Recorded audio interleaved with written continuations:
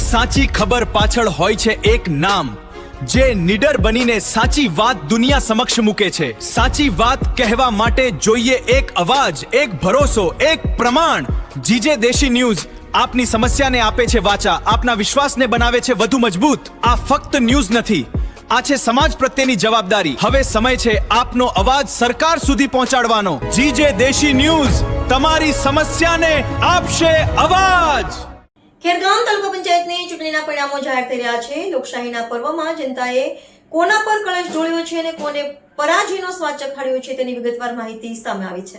ખેરગામ તાલુકાની વિવિધ બેઠકો પર રસાકસીભર્યો જંગ જોવા મળ્યો છે। વિગતો મુજબ આછવણી એક બેઠક પરથી કોંગ્રેસના ગિરીશભાઈ પ્રભુભાઈ પટેલ 1470 મતો સાથે ભવ્ય વિજય મેળવ્યો છે। બહેજ 3માં કોંગ્રેસના રિમ્પલ કુમારી ઇલેશભાઈ પટેલ 1692 મતો મેળવીને વિજેતા બન્યા છે। ભાજપના ગડગડાતા વિસ્તારોમાં પણ જોરદાર પ્રદર્શન જોવા મળ્યું છે। જમાનપાડાથી અનિલભાઈ પટેલ અને પાણી ખડકથી હંસાબેન મહેશભાઈ દેસાઈએ જીત મેળવી ભાજપનો દબદબો જાળવી રાખ્યો છે।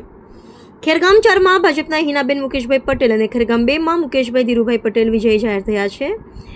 જ્યારે વોર્ડ બેઠક પર ભાજપના ચેતનભાઈ રમણભાઈ પટેલે જીત હાંસલ કરી છે। આ પરિણામો દર્શાવે છે કે મતદારોએ મિશ્ર પ્રતિસાદ આપ્યો છે। વિજેતા ઉમેદવારોના સમર્થકોમાં અત્યારે ભારે ઉત્સાહ જોવા મળી રહ્યો છે અને ઠેર ઠેર વિજય સરઘસની તૈયારીઓ થઈ રહી છે। નમસ્કાર, હું છું ચંપક પટેલ। ખેરગામ તાલુકાની સ્થાનિક સ્વરાજની ચૂંટણી જ્યાં ભાજપનો ભગવો લહેરાયો છે, તો આપણી સાથે જોડાયા છે પૂર્વેશભાઈ। તો શું કહેશે આજના વિશે? જે આજે જે ઐતિહાસિક જીત મળી છે, આ મારી જીત નથી, આ ખેરગામ તાલુકાની પ્રજાની જીત છે।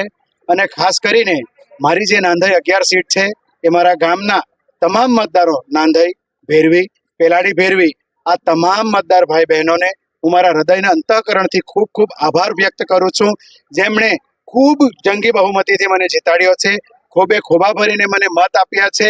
એટલે આજે ખાસ કરીને વરઘોડો કાઢીને નાચવા કૂદવાનો વિષય છે, પરંતુ આ નાચવા કૂદવા કરતા હવે પછી જે એ લોકોએ મારા માટે જાગરણ કર્યું છે, હવે આવતા 5 વર્ષ સુધી એમને સોવડાવીને એમના માટે મારે જાગરણ કરવાનું એ મારી જવાબદારી છે। મારા તાલુકાના 22 ગામ કેવી રીતે સચવાય, 22 ગામની અંદર કેવી રીતે વિકાસ થાય, જ્યાં જ્યાં વીજળી, પાણી, રસ્તા, આવાસ, જે કોઈ કામોની તકલીફ હશે, આવા તમામ કામોને પૂર્ણ કરીશું। અને આવનારા સમયમાં મોદી સાહેબને સાથે અમે હાથ મિલાવી આ ખેરગામ તાલુકાને નવસારી જિલ્લાની અંદર તાલુકાના મોડેલ રૂપે એક રજૂ કરીશું અને લોકો ખેરગામ તાલુકાના વખાણ કરે એવી અમે અપેક્ષા રાખીશું। પૂર્વેશભાઈ, તમને બીજી વાર પ્રજાએ આવકારો આપ્યો છે, તો તમને કેવી લાગણી મહેસૂસ થાય છે?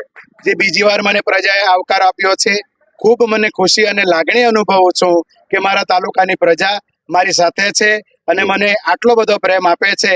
આજે 16 તાલુકા પંચાયત સીટ અને 2 જિલ્લા પંચાયત સીટ, આમ કુલ 18 સીટ છે। આ 18 સીટની અંદર સૌથી હાઈએસ્ટ લીડથી જે હું જીત્યો છું, એ બદલ હું મારા તમામ મતદાર ભાઈઓનો ખૂબ ખૂબ આભાર વ્યક્ત કરું છું।